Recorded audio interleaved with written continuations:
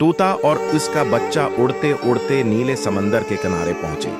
उन्होंने देखा लहरों के साथ रंग बरंगी मोतियों वाली घास किनारे पर जमा हो रही है। बच्चे तोते ने खुशी से सारे मोती चुन लिए। उन्होंने उन मोतियों से एक छोटी सी खूबसूरत कश्ती बना ली। कश्ती में बैठकर वो मछलियों को हाथ हिलाते हुए सैर करने लगे। समंदर की ठंडी हवा में दोनों के सब्ज परों की झलक बहुत प्यारी लग रही थी। अगर आपको उनकी मोतियों वाली कश्ती पसंद आई हो तो तोते के लिए लाइक और सब्सक्राइब करें।